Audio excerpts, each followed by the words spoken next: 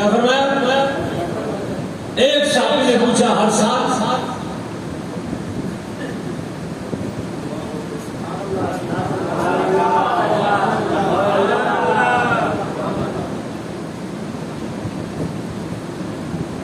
انہوں نے پھر کہا ہر سال حضور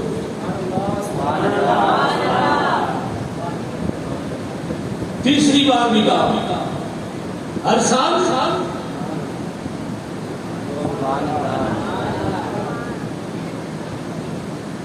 خاصی دیر گزری موضوع سخن بدلا حضور نے فرمایا صحابہ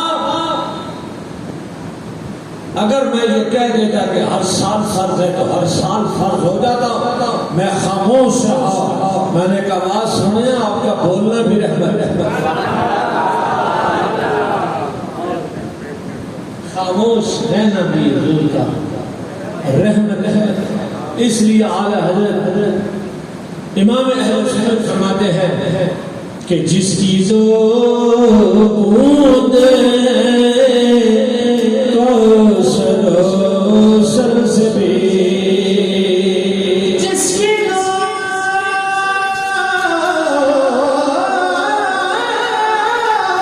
سبحان اللہ ہاتھ اٹھا کے بولے مچل کے بولے ایک بار سبحان اللہ جس کی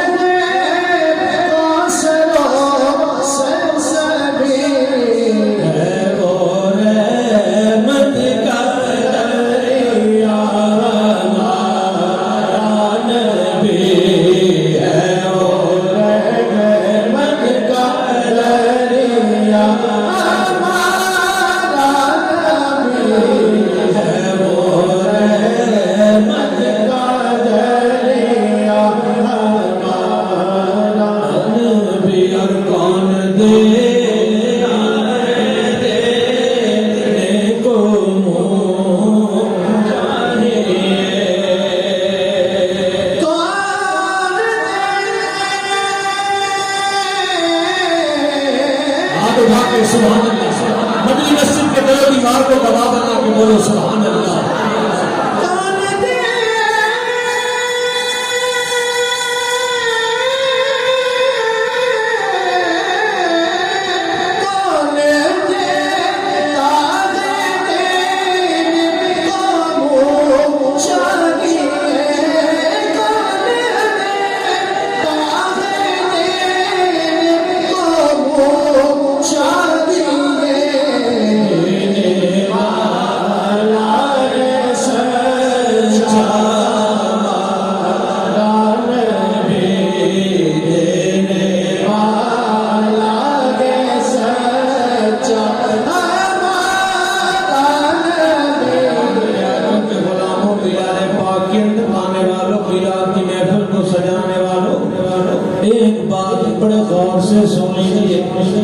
اگر کوئی میرا بھائی یہاں بیٹھا ہے کہیں سے بھی آیا ہے اس کی خدمت میں ہاتھ جوڑ کے عرض ہے کہ ہم میلاد کی محفل کسی کو جلانے کے لیے نہیں بلکہ منانے کے لیے منایا کرتے ہیں بولیے میلاد محبت کا نام ہے میلاد حضور کے اوصاف کا نام ہے حضور کی کردار کا نام ہے میلاد منانا حضور کی عظمتوں کا ذکر عزتوں کا ذکر رفعتوں کا ذکر بلندیوں کا ذکر حضور کے معراج کا ذکر حضور کی بلنے والی زلفوں کا ذکر بددعا والے بکرے کا ذکر چشم نازی کا ذکر ہے حضور کے مکے کا ذکر ہے مدینے کا ذکر ہے حضور کے اصحاب کا ذکر ہے حضور کی بیٹیوں کا ذکر ہے حضور کے نوازوں کا ذکر ہے حضور کے کیسوں کا ذکر ہے حضور کے قدمین کا ذکر ہے نالین محمد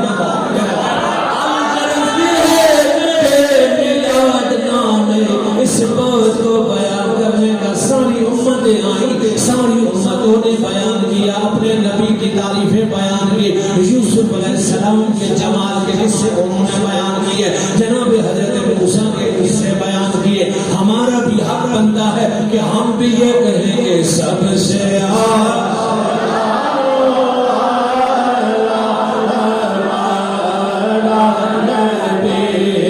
سب سے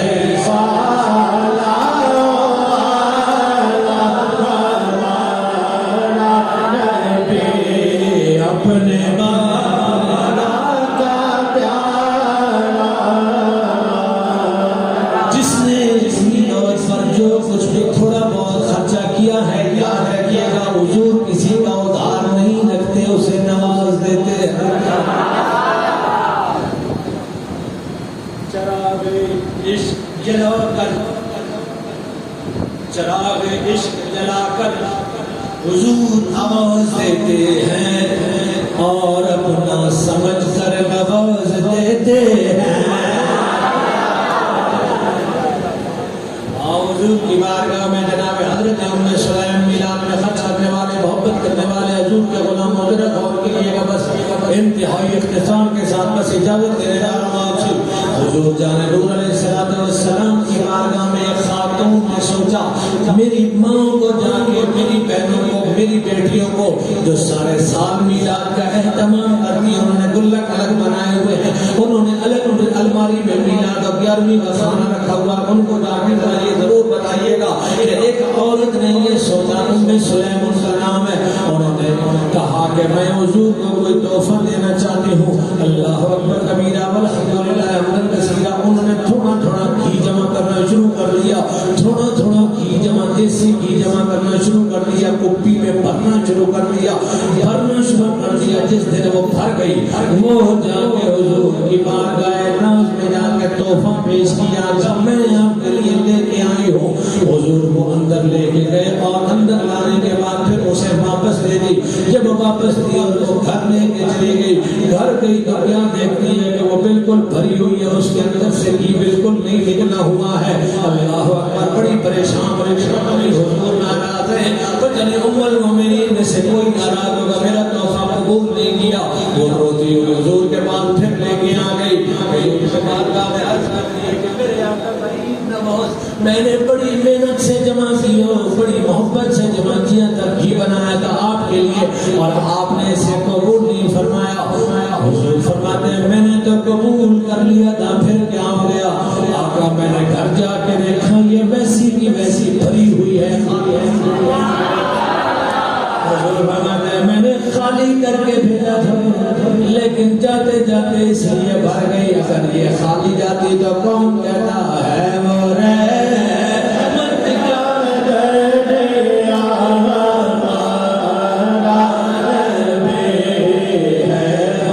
رحمت کا دریا. سبحان اللہ. میلاد کا پیغام یہ ہے سب خوش ہیں جھنڈے لگا کے جھنڈیاں لگا کے پتہ نہیں کیا کیا. کبھی یہ بھی سوچے نا کہ حضور بھی خوش ہو.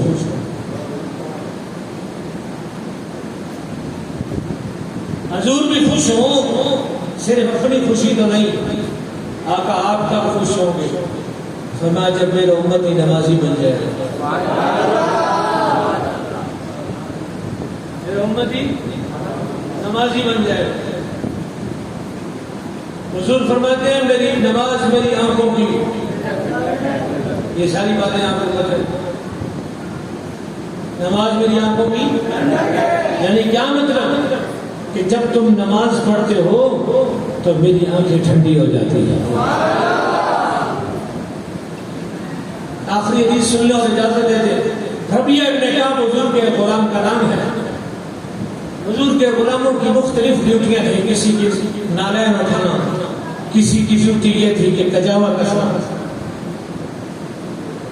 کسی کی ڈیوٹی کچھ کسی کی ڈیوٹی کچھ. حضرت ربیہ ابن کعب کی ڈیوٹی یہ تھی کہ وہ تہجد کا پانی حضور کی بارگاہ میں پیش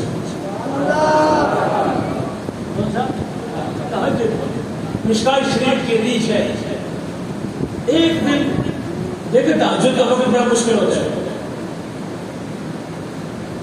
ایک دن حضرت ربیہ حضور کا پانی لے کے آئے تہجد میں.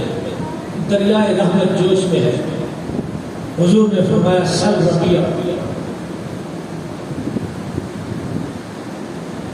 حضور نے کیا فرمایا سل ربیہ.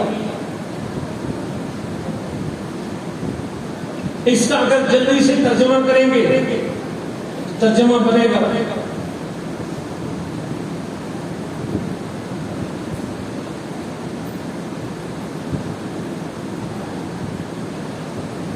اور ترجمہ بنے گا کہ سل ربیہ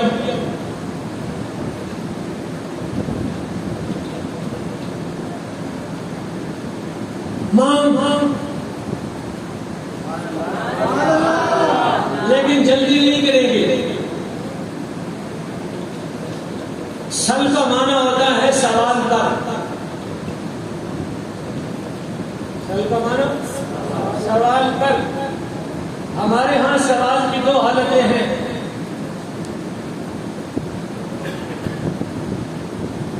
سوال کی 2 حالتیں. بہت مختصر وقت رہ گیا ہے اس حدیث کو مکمل کرنے کا. ایک یہ ہے کہ پوچھنا.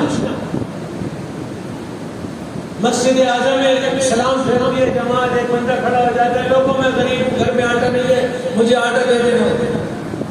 یہ بھی سوال ہے. اس کو پوچھنا نہیں بولیں گے. مانگنا. اور ایک بندہ آتا ہے حضرت امام صاحب میری نماز میں سجدہ سامنا ہو گیا میں بھول گیا میں نے نہیں کیا نماز دہرانی پڑے گی یا نہیں. یہ بھی سوال ہے. اور یہ ہے پوچھنا.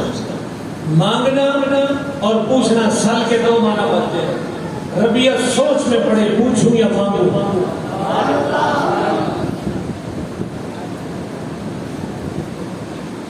دروازے شہر علم پر بیٹھا ہوں آواز آتی ہے سل. اب پوچھوں یا مانگوں.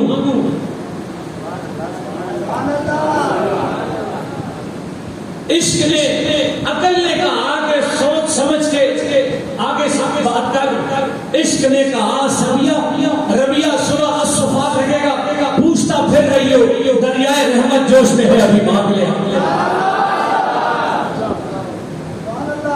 انہوں نے کہا کہ یا رسول اللہ میں اور کچھ نہیں مانگتا مجھے صرف یہی خدمت چاہیے جنت میں.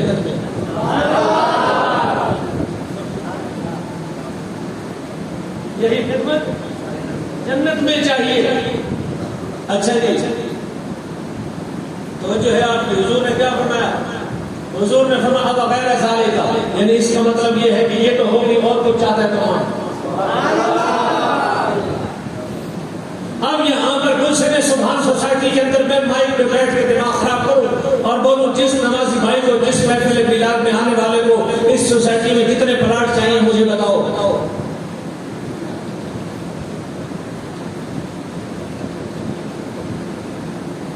تو آگے سے آپ یہ پوچھیں گے کہ حضرت آپ کے پاس خود کتنے پلاٹ ہیں.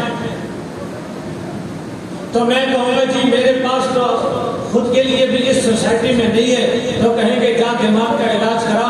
اس بات کا مطلب یہ ہے کہ بندہ یہ دعویٰ وہاں کرتا ہے کہ مجھ سے مانگ جہاں اس کا اختیار ہو اس کی درست میں ہو اس کے ملکیت میں ہو اس کے اختیار میں ہو. حضور نے فرمایا کہ مانگ کیا مانگتا ہے. مانگنے والے نے بھی یہ نہیں کہا ایک مکان دے دیں ایک گھر دے دیں ایک گاڑی دے دیں مجھے ایک سواری دے دیں سونا دے دیں چاندی دے دیں. یہ نہیں کہا حضور جنت بھی مانگتا ہوں اور جنت الفردوس بھی مانگتا ہوں اور آپ کے گھر کی نوکری بھی مانگتا ہوں. اس کا مطلب یہ ہوا کہ حضور کے اختیار میں سب سمجھتے ہیں. یہ آپ چھیڑ رہے ہیں ہم تو چھوڑنے جا رہے ہیں. یہ آپ کے ایڈوکیٹ صاحب ابھی بنوان صاحب اللہ خیر دے اور یہ جاوید بھائی یہ چھیڑ رہے ہیں ہم تو چھوڑنے کے چکر میں ہیں. آئیے محبت سے بس شامل ہو جائیے. کون دے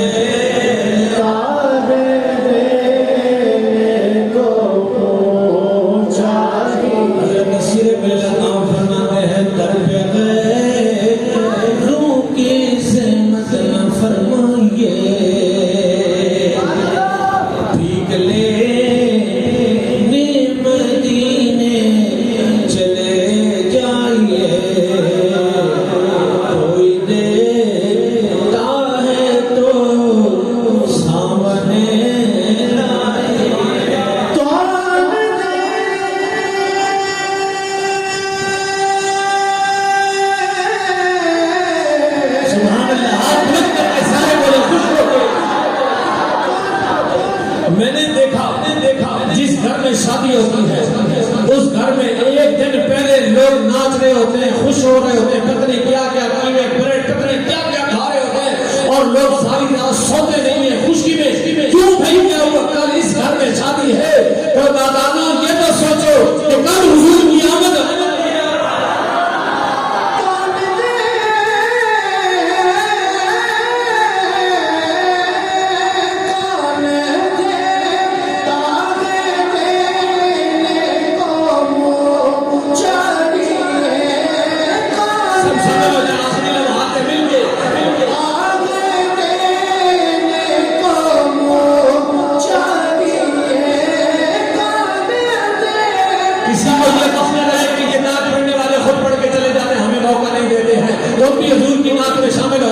حضور کی نعت کے لیے نہ آواز اچھا ہونا ضروری ہے، نہ کوئی گلا چاہیے، صرف عشق اچھا ہونا چاہیے، دل اچھا ہونا چاہیے۔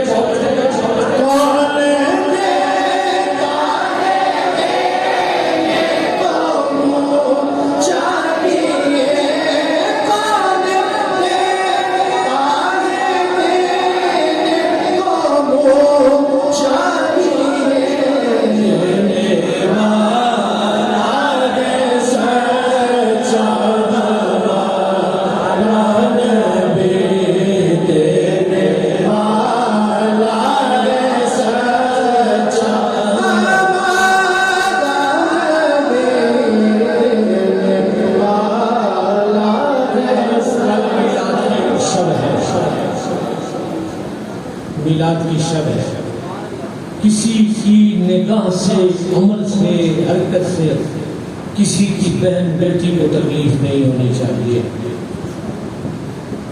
کسی کے گھر سے رزق کی بے حرمتی نہیں ہونی چاہیے۔ میں حدیث پیش کر رہا تھا، حضور نے فرمایا ربیہ مانگی، انہوں نے جنت مانگی، حضور نے فرمایا کچھ اور؟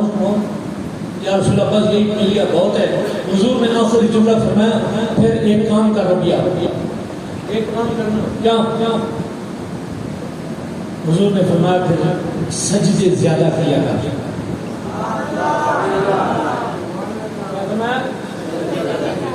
سجدے یعنی نماز پڑھا کر، یعنی اب آپ سوچیں کہ جس کو جنت دے دی اس کو بھی فرمایا نماز سے بے نیاز نہیں ہونا، اپن تو کسی کھانے پہ بھی نہیں، لہذا نماز کی پابندی، کل رزق کی بے حرمتی نہیں ہو، خدا کے لیے کوئی خوبصورت سے پیکٹ بنا لینا۔ اور اس سے بھی اچھا کام بتاؤں، اس سے اچھا کام بتاؤں، کوئی اپنا عزیز رشتہ دار کو، بہن کو، بھائی کو دیکھ لینا، اگر وہ مستحق ہے تو اس کو کوئی پیکٹ بنا کے تو راشن دے دینا، تاکہ وہ خوش ہوتا رہے گا کھا کے میرے آقا تمہیں نوازتے رہے گا۔ پیارے پیارے پیکٹ بنا لینا، محبت سے، پیار سے، جتنا بھی بناؤ تمیز سے، تہذیب سے بانٹنا، تاکہ رزق کی بے حرمتی نہ ہو۔ اللہ تعالی ہم سب کو کرم فرمائے۔ وآخر دعوانا ان الحمد للہ رب العالمین، والسلام علیکم ورحمۃ اللہ وبرکاتہ۔